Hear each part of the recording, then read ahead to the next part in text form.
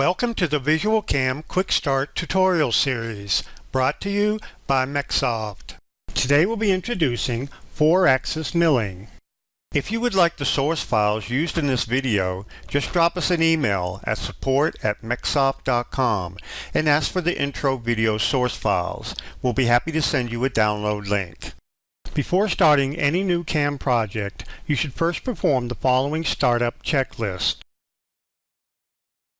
For more detail on each of these items, you can refer to the 3-axis introduction companion video. Also, before learning 4-axis operations, it is recommended that you first become familiar with the setup and generation of both 2-axis and 3-axis operations. Introduction videos for both 2 and 3-axis are available.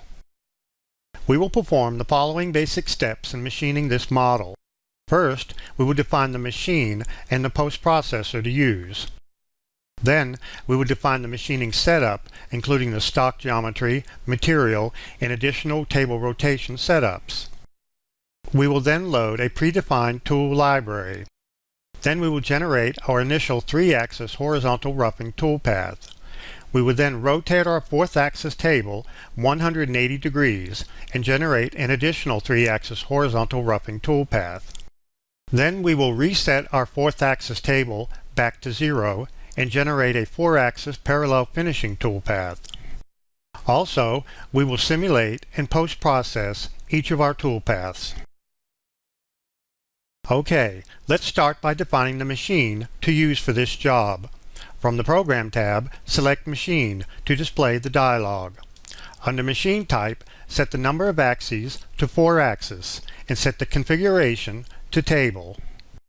Under 4th-axis parameters, set the rotary axis to +X and set the rotary axis angle limit to no limit. This means that our 4th rotary axis will extend along the center of our part in the positive X-axis, with the ability to rotate a full 360 degrees. When this dialog is displayed, the 4th primary axis is indicated on the graphic screen. Pick OK and notice that the machine type now appears under the machining job in the machining browser.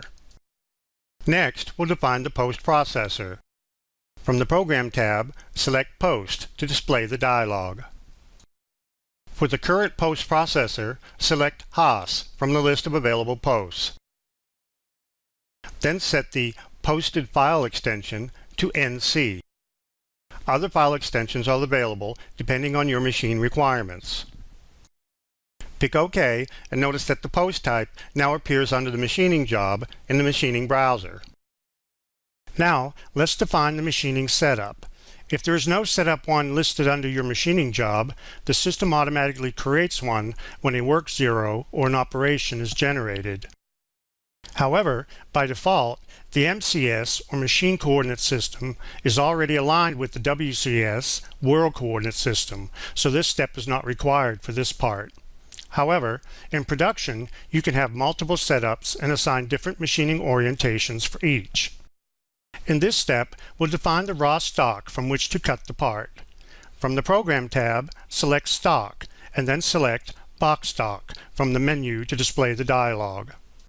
For the stock dimensions, we'll set the length to 9.75 and the width to 3 and the height to 3 also. Note that the stock dimensions you enter here are measured from the corner of the bounding box selected in this dialog. Pick OK and notice that the stock type now appears under the machining job in the machining browser.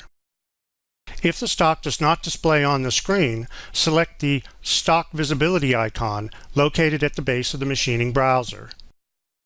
Once the stock model is created, you can move it in alignment with the part if needed. From the Program tab, select Align, and then Align Stock from the menu to display the dialog.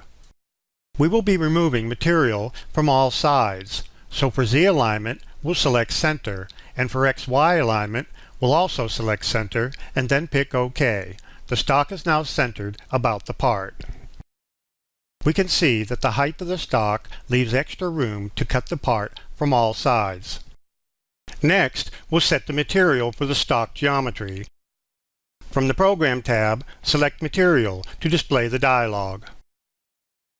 For Material, select Wood from the list of available materials and then pick OK. If the material texture does not display on the stock, select the Material Texture Visibility icon located at the base of the machining browser.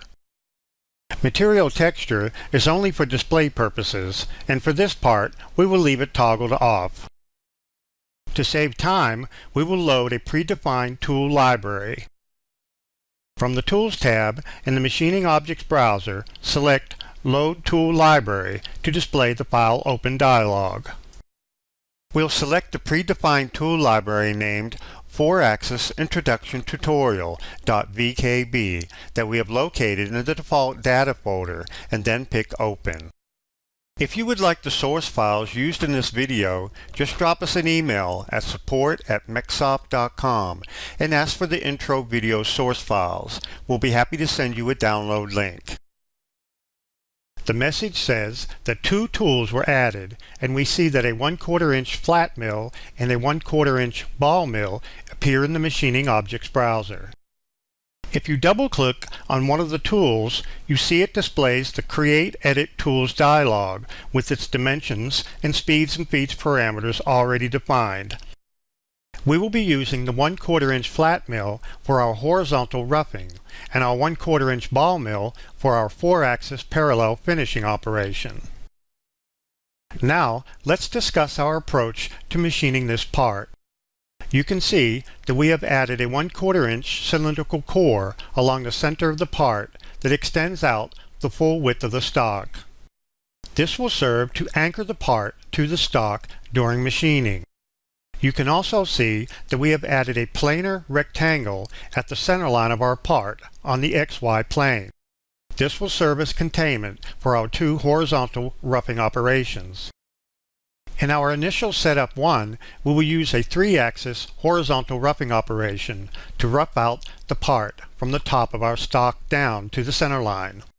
We will then create setup 2 that indexes our rotary table 180 degrees and then use a second 3-axis horizontal roughing operation to rough out the part from the bottom of our stock up to the center line.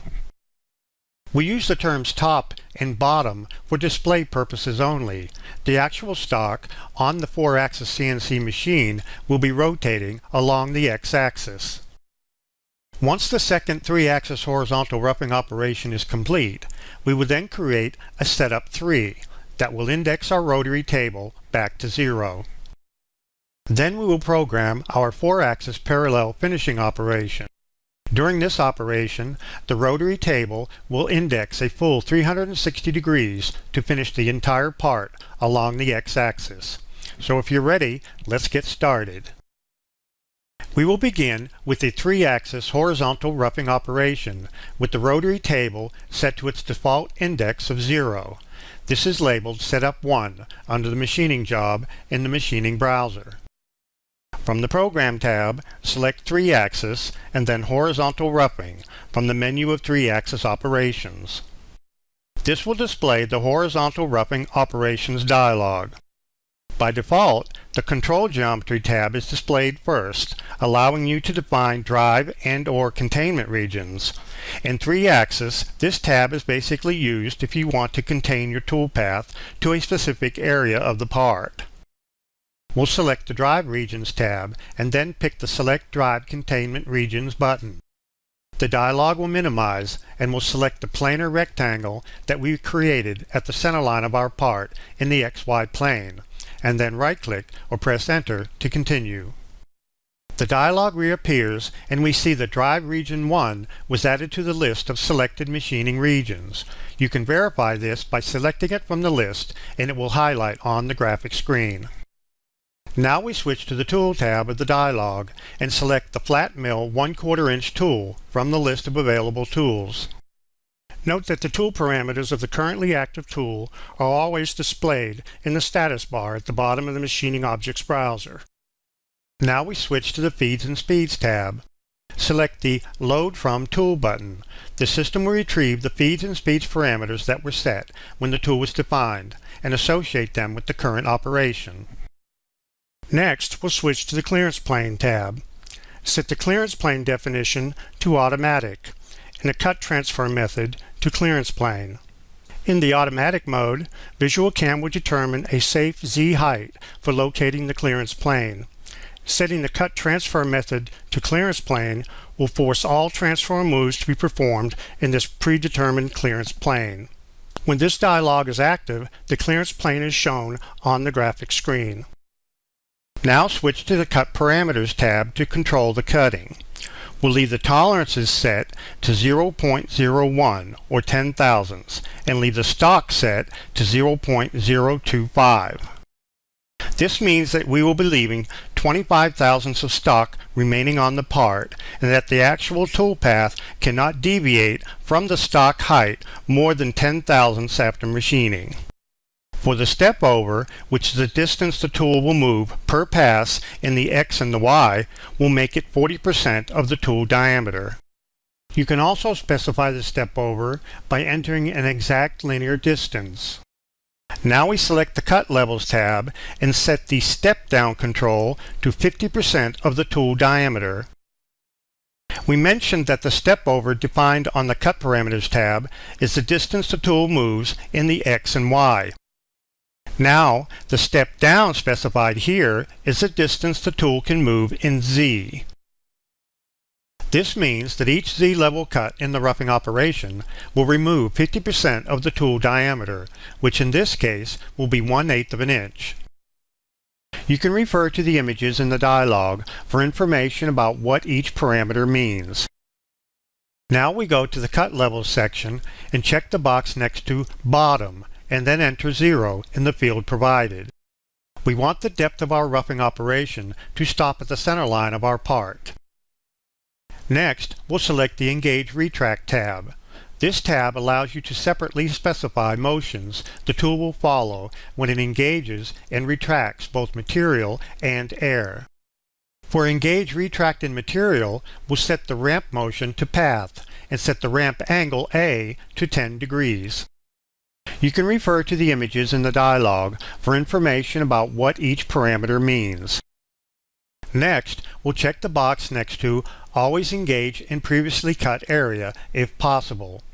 As the name suggests, if possible, the system will use the in-process stock model to select an engagement point in an area that has already been previously cut. For Engage Retract in Air, we'll select Linear Extension D and enter a value of 0.275. This will extend the engagement point out from the part by 275 thousandths of an inch. Now we'll pick Generate to calculate the toolpath and display it on the graphic screen. Note that the display of the toolpath in the graphic screen can be turned on and off by selecting the toolpath visibility icon located at the base of the machining browser. The new toolpath can now be simulated to display the in-process stock model. Switch to the Simulate tab at the top of the machining browser. Select Preferences and then set the simulation model to polygonal, and then pick OK. Then, under the Preferences button, check the box next to Simulate by Moves. This will speed up the simulation. You can also adjust the slider to further speed up the simulation. Now we select the 3-axis horizontal roughing operation we just created and then pick Play to run the simulation. Then we can select the toolpath visibility icon from the base of the machining browser to turn off the toolpath and see the in-process stock model.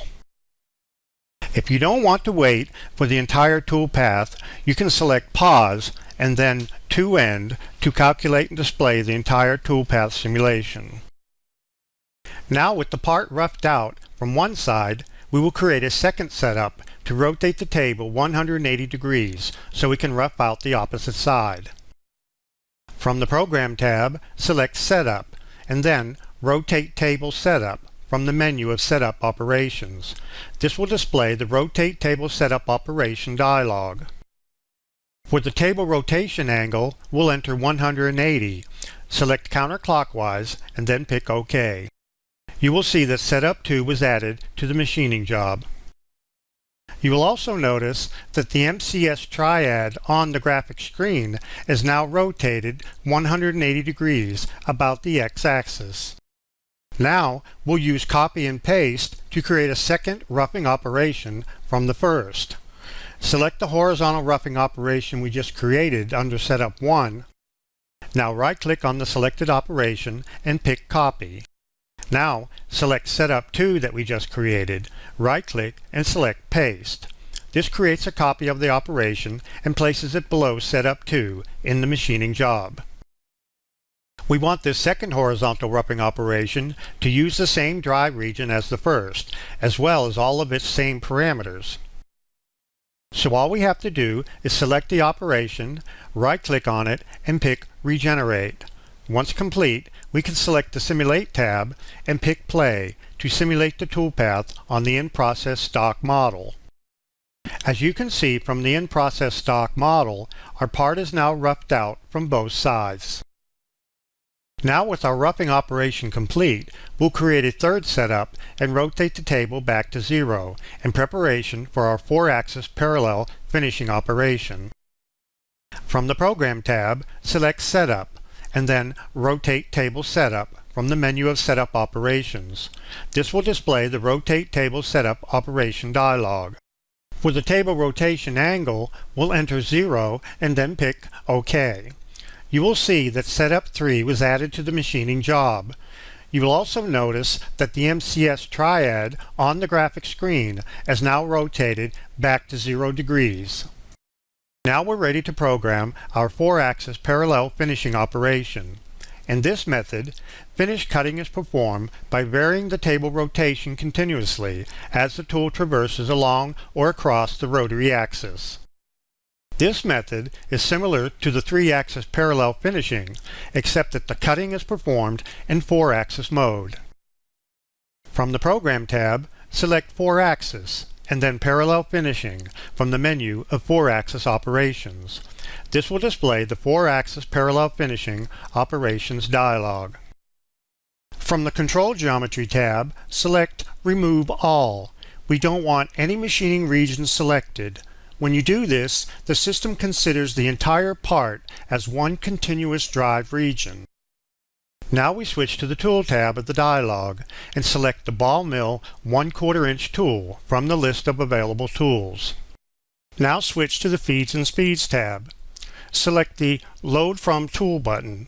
VisualCAM will retrieve the feeds and speeds parameters that were set when the tool was defined and associate them with the current operation.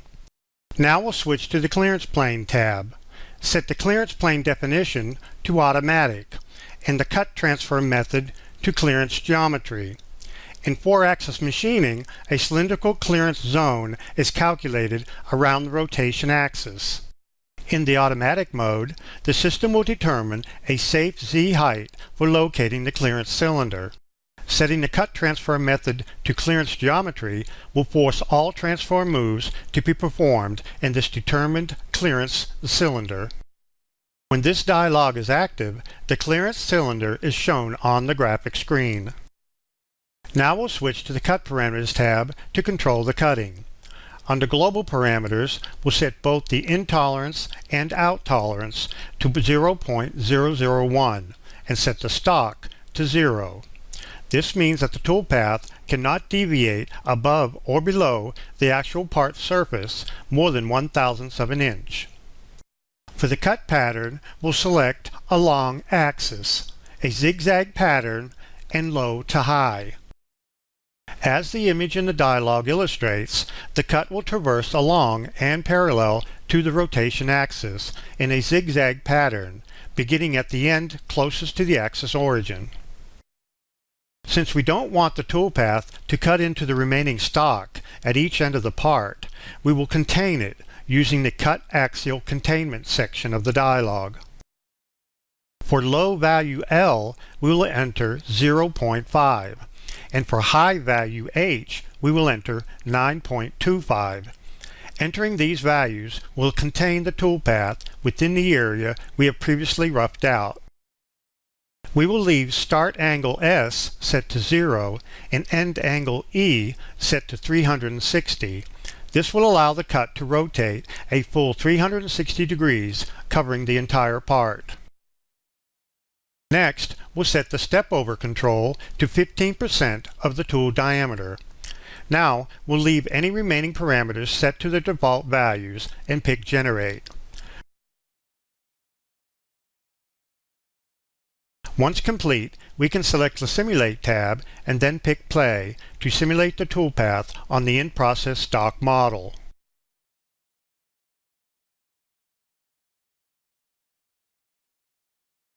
Now, with the toolpaths complete, we're ready to post-process to an output text file containing G-codes that can then be sent to the machine tool to actually machine the part.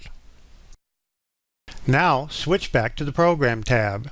To post all setups in one G-code file, select only the machining job at the top of the machining browser, and then right-click and select Post All. This will post-process all setups and all operations created under the machining job. By default, the part file name is used as the G-code file name. Also by default, the posted G-code file is saved to the folder where the part file is located. Now pick Post, and the G-code file is displayed in Notepad, where it can be viewed or edited manually. Now close Notepad. Here are some additional selection techniques you can use. When your machining job contains multiple setups, you can select any setup, right-click and select Post to post only that setup. While holding the Control key down, you can select multiple operations and then right-click and select Post to post only the selected operation. For further assistance, you can visit the online help supplied with the program or visit www.mechsoft.com for additional tutorials. Thank you.